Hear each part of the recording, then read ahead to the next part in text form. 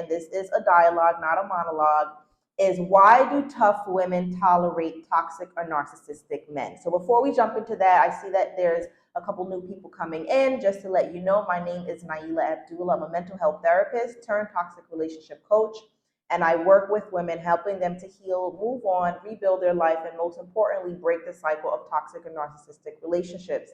I made that pivot from the mental health field to toxic relationship coach after my own personal experiences with both toxic romantic and narcissistic romantic and family relationships. And I decided to pass on my knowledge to women that are also going through the same situation. I call it avoidable suffering. Avoidable suffering. Relationship issues is something that I noticed as a common trend in as I worked in the mental health field in general, and I realized that it is something that is avoidable, right? If we are able to learn about people and about ourselves, most importantly, a lot of times people think to heal and to recover from a relationship is learning about, the narcissist or them. That's the tip of the iceberg. The real work begins and ends with self, right? So if you're able to work on self, you're able to, I won't say never have any any toxic relationship, but you're able definitely to minimize it, and you're able to cut it off before it goes too far.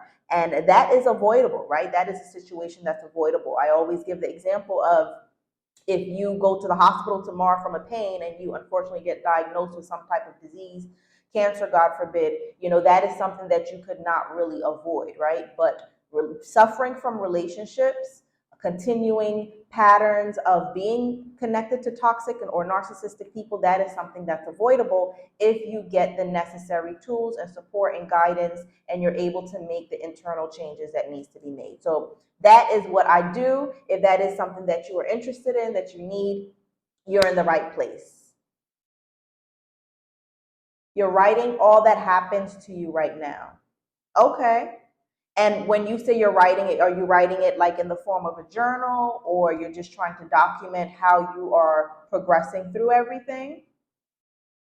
V Pringle, welcome. I know there's a little bit of a delay, so I'm going to continue, and then I'll just go in between to answer questions. So again, the topic for tonight is, why do tough women tolerate toxic or narcissistic men? Now, before I go into the conversation, I'm just going to answer it right off the bat, and then we'll break it down a bit. The answer to that is, it's your comfort zone. If you consider yourself a tough woman, a resilient woman, typically you don't tolerate nonsense from other people. You don't mind asserting yourself. You don't mind setting boundaries with other people. But you find yourself still tolerating the mistreatment, the abuse, the psychological, verbal, emotional abuse from toxic or narcissistic partners, or you have in the past.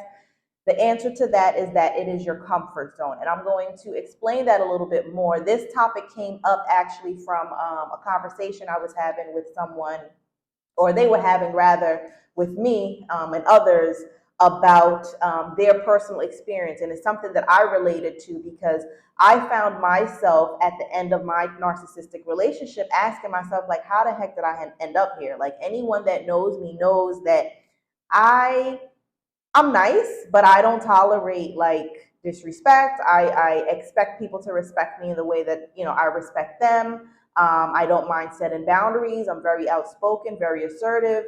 And at the end of that 10-year relationship, I'm like, how did this happen? And a lot of women that I see, women that I work with, they also find themselves here. Like, it just doesn't add up. And their friends and family also wonder, like, how did you end up in this situation? And that also adds to the embarrassment factor that women feel coming out of toxic relationships, narcissistic relationships. And that also keeps them stuck in the relationship, because they feel embarrassed that people will find out that they were tolerating behavior and treatment that no one would ever expect them to tolerate, right? So that embarrassment, that shame sometimes keeps women in that situation, or keep it a secret, and they don't really get to access the support that they should, because they're embarrassed. They don't want people to realize what they were tolerating.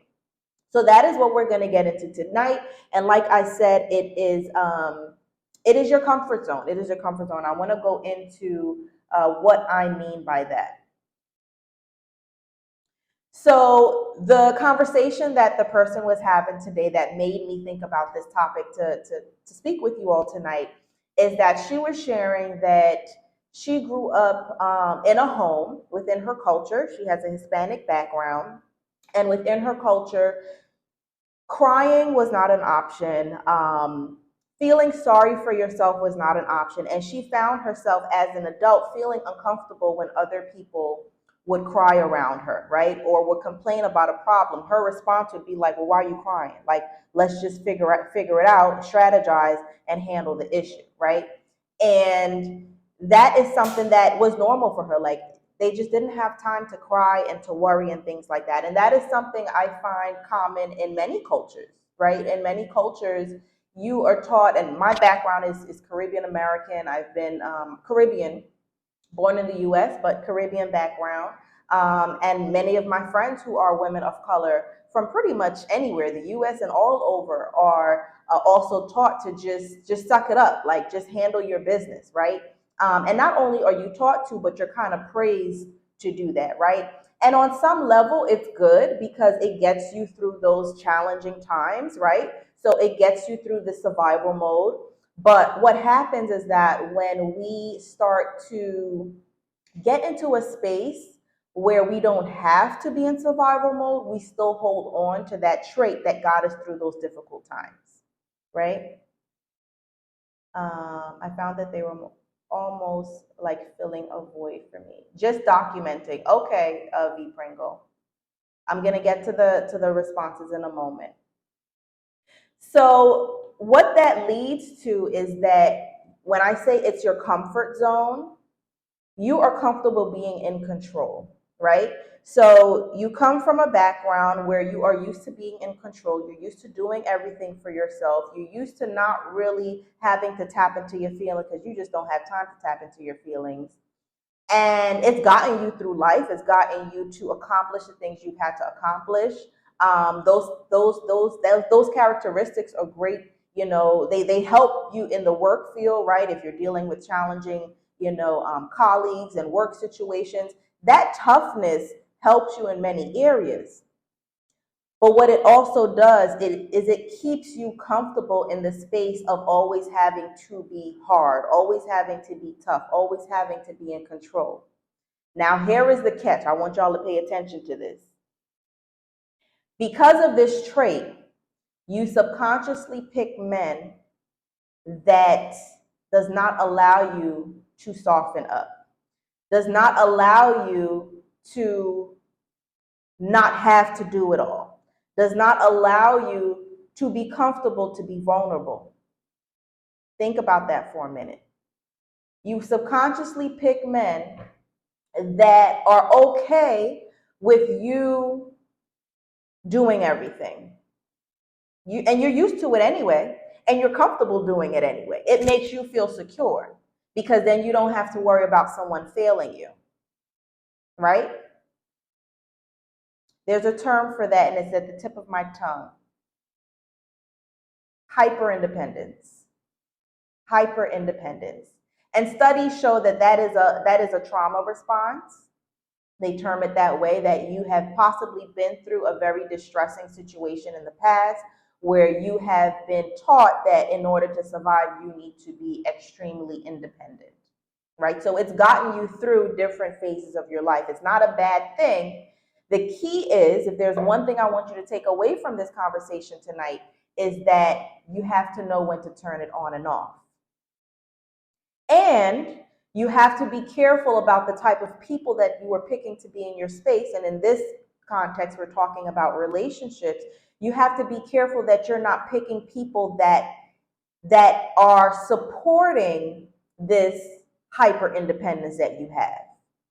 One trait that is common amongst toxic or narcissistic men is that they like women who are resilient. They like women who are strong, who are go-getters, who are ambitious, because it gives them the image that they need, right? Remember, narcissists toxic manipulative people, it's typically all about their image, right? So because you're a go-getter, because you're resilient, you make them look good, because they know as long as they stay attached to you and connected to you, life is going to be good. Life is going to be comfortable. You're going to handle your business, right? But a real man, while a real man will also admire those traits in you, a real man is also going to allow you, as they say in modern, the terminology going on nowadays, is they allow you to be in your femininity, right? Now, you will see sometimes where narcissistic men may try to, um, so the confusing thing with narcissistic people is that they praise you and criticize you for the same thing. And that makes you confused because you're like, well, what is it? Do you like who I am? Do you not like who I am? What do you want from me? And then they put you in a space where you're trying to constantly adjust yourself to please them. It's all subconscious. You're not consciously doing it, but that is how it goes because it's gradual. The praise is gradual as well as the criticizing is gradual, right? So they will praise you for being resilient and tough and go-getter and taking control and handling everything, but also criticize you and make you seem like you're such a control freak. Yes, you're a control freak because your intuition also tells you this person is not a safe person to even let your guard down. That's the other catch. So for those of you that are in a phase where you are maybe starting to date, wanting to date, one of the reasons that women are not comfortable dating after a narcissistic relationship, and this is all part of healing, that breakthrough, that doing the work that we talk about, is knowing who to put your guard down around. Not everyone you can put your guard down. And our intuition often tells us who is safe and who's not safe to put our guard down. And even when the person is safe, it still takes a while. I'm speaking from personal experience. My husband today would tell you Naila was tough. Naila was tough. It took a while. But because of his patience, because of him understanding that I had a traumatic experience in the past. And that's without going in details. That's another topic for another day, about how much do you want to share when you start dating again about your past. Without going in details, he knew that I had a traumatic experience, and he was willing to gradually show me over time that he's safe, right? So that is the other part to this, is that knowing who to let your guard who to let your guard down around. I see a few comments coming in. Let me just pause for a minute and respond to some of that.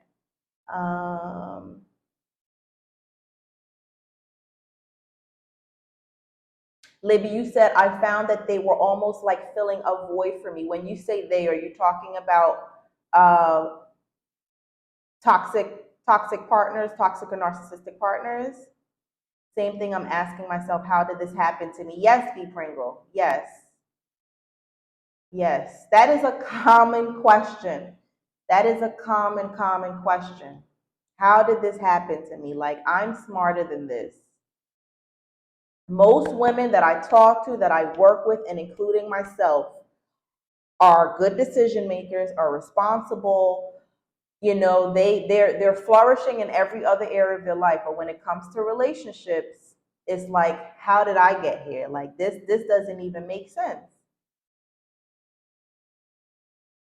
You're setting yourself up for self-sabotage. Yes. Yes. And it's subconscious. It's not something that you are willfully doing. You don't want to sabotage yourself, but it is comfortable to you. It is comfortable. Okay, Libby, the toxic relationship. Yeah. And that is something like we were talking about, I think it was Monday where you were here with me. We were talking about continuing to snowball those questions. Okay, so what void is there? What void is there? So where that puts you is that because you are comfortable being in control, because you are used to doing everything on your own, you you now have lowered your standards without even realizing it. Right? So this is the work that has to be done after a toxic or narcissistic relationship before you go into a new one. This is why when I talk about, if you don't do that work, you can end up going right back, because these are the things that you have to figure out, right?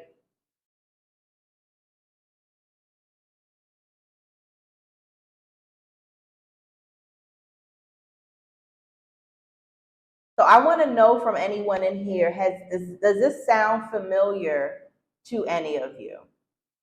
Do you consider yourself hyper independent? I know for myself, when I heard this conversation from this woman, I was like, "Yep, this is very common. This is very, very common. I especially have to work on my anxious attachment style." Okay, it sounds like you're very insightful, Libby. So you are ahead of the game. You are ahead of the game. You know what you need to work on. Keep asking those snowball questions. Keep doing the work. It is necessary. And when you're able to do the work, you're able to live to your fullest. You don't have to limit yourself.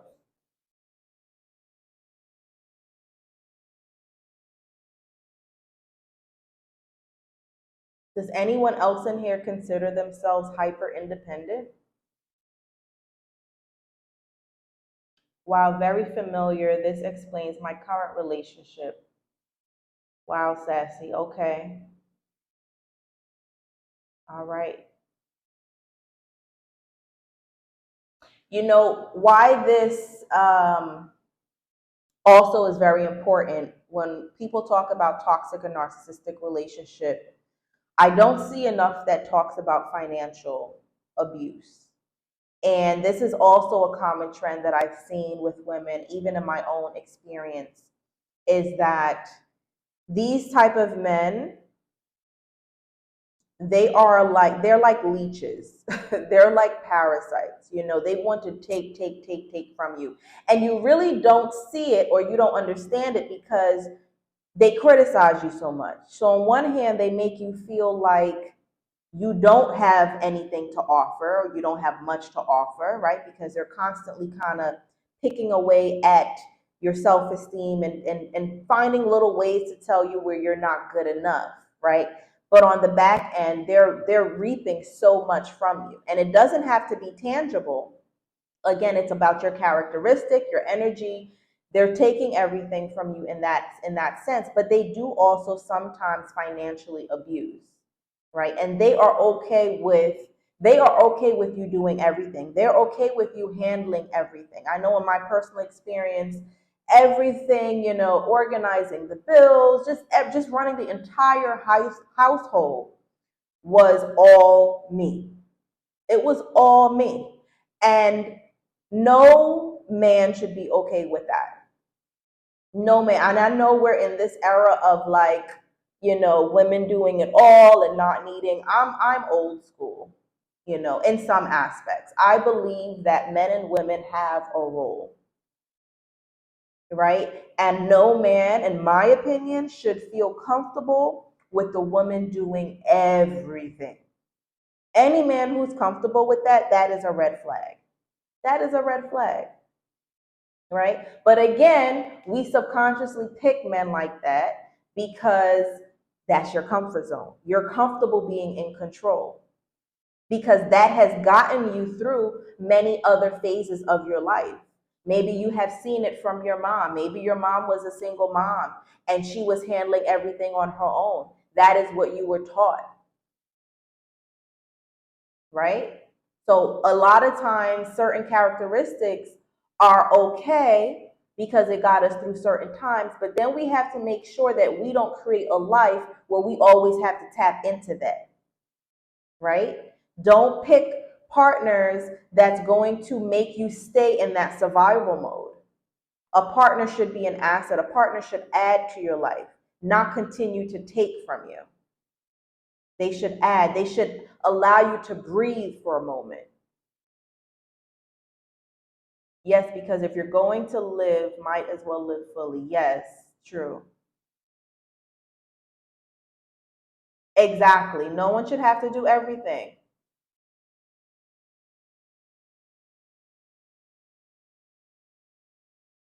But when they aren't doing anything, you get by with the breadcrumbs and pick up on their slack so that you can be with them.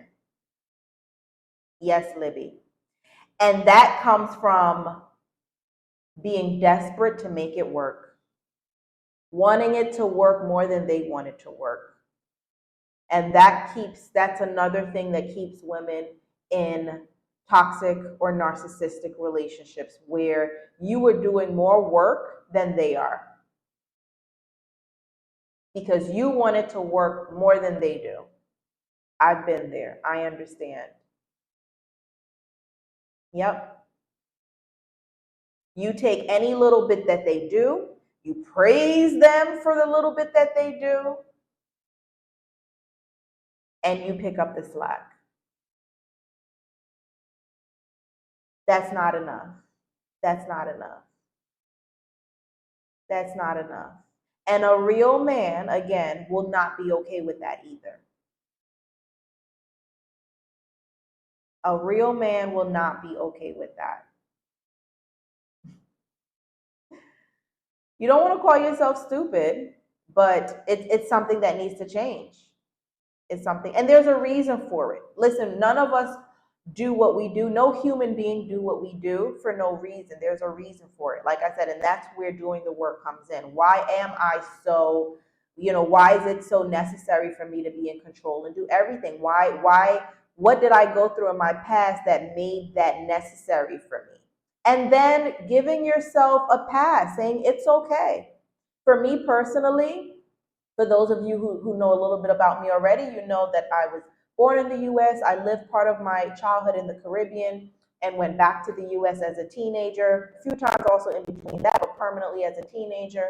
And when I left my parents. My mom passed at 10. I left my dad's house at 12, and I lived with different people. So I was kind of, I won't say on my own, I was with other adults, but I left home. I left the comfort of my mom and dad at the age of 12, right? So and coming from a second generation immigrant Caribbean parents, probably any immigrant family, they teach you when you go to another country, you need to do your utmost best. You don't have time to play around. You don't have time to fail. So that was my mindset. I had to get things done.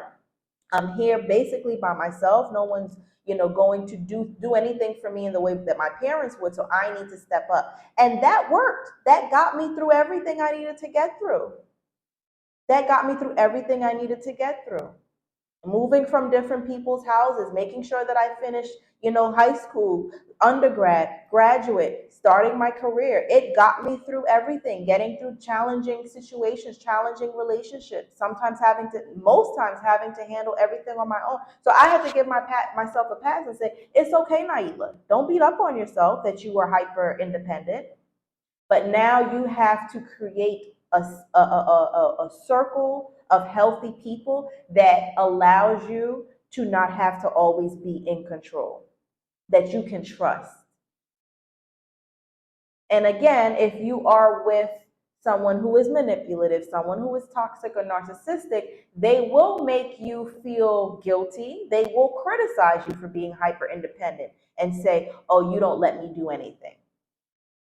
Right? But your intuition is saying, I ain't trusting you to take over because something tells me you can't be trusted, right? So you have to do yourself the favor of cleansing your space, reassessing your space and saying, okay, do I have people in my space that I can trust to let my guard down? Do I have people in my space? And as we're talking about romantic relationships, am I picking part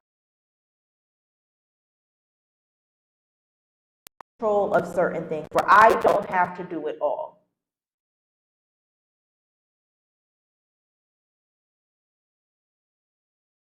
You survived and came back to help. Definitely, Libby.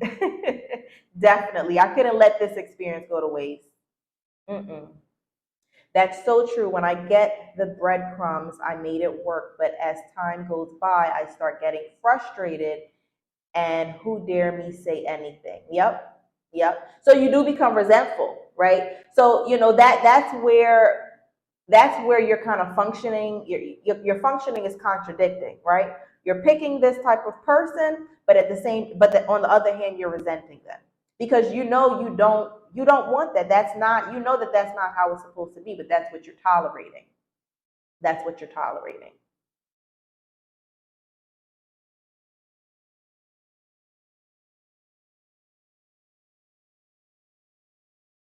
Sassy, I don't know if you're still in here, but I know you mentioned this is your current situation.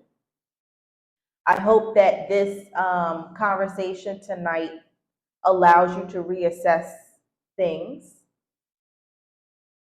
because it's so important, as the saying says, when we know better to do better.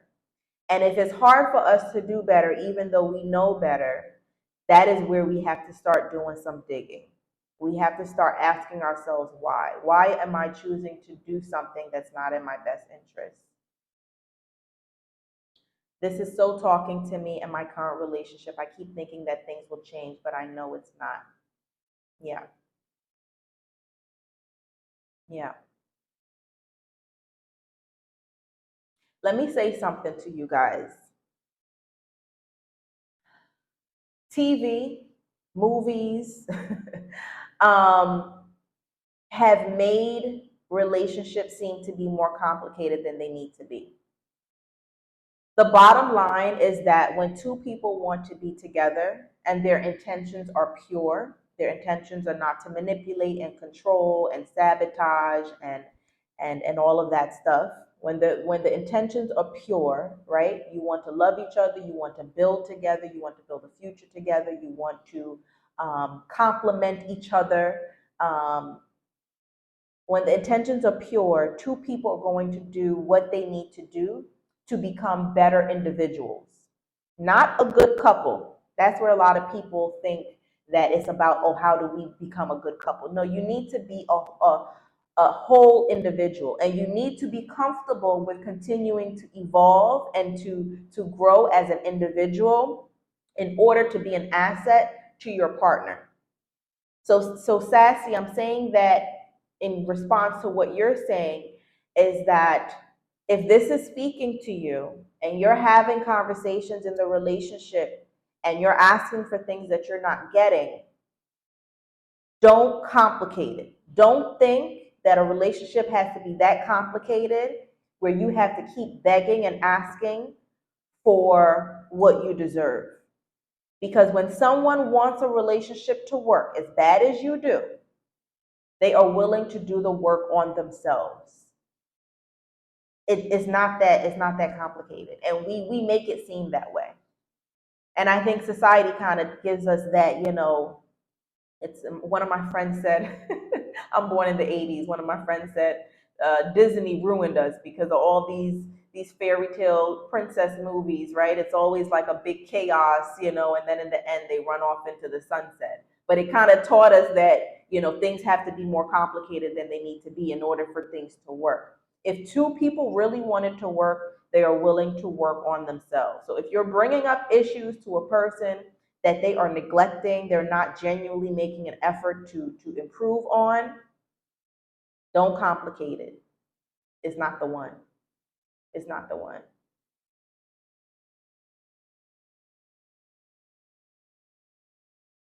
Yes, Libby. Good feedback for Sassy. Choose yourself this time. Love yourself in the way you wish they loved you. Yep. Disney ruined my life in some ways. Yes. Now, don't get me wrong. I love Disney. I just saw The Little Mermaid with my daughter, which was so special to me because she's 3. And when The Little Mermaid came out, I was 3. And I was like, wow, what a coincidence. So yeah, I love Disney, but it does, Disney and everything else I think in society teaches us that it needs to be so difficult. It doesn't mean that challenges won't happen, but I think if I like to keep things simple. I like to keep things practical. And the practical, perspective on relationships is that both people have to want it. Both people have to be willing to do the work, not on the relationship per se, but at least, or let's say, start with self. They have to be willing to evolve, to grow, to mature, because no matter how great any of us are as humans, we always have space to grow and to improve, right? And in a relationship and in life in general, we're all going through different seasons. We're going through different seasons on a macro level, in the world. We're going through seasons, as a couple. We're going through seasons individually. So there's always something to learn and to grow and to mature from. It's been a week since I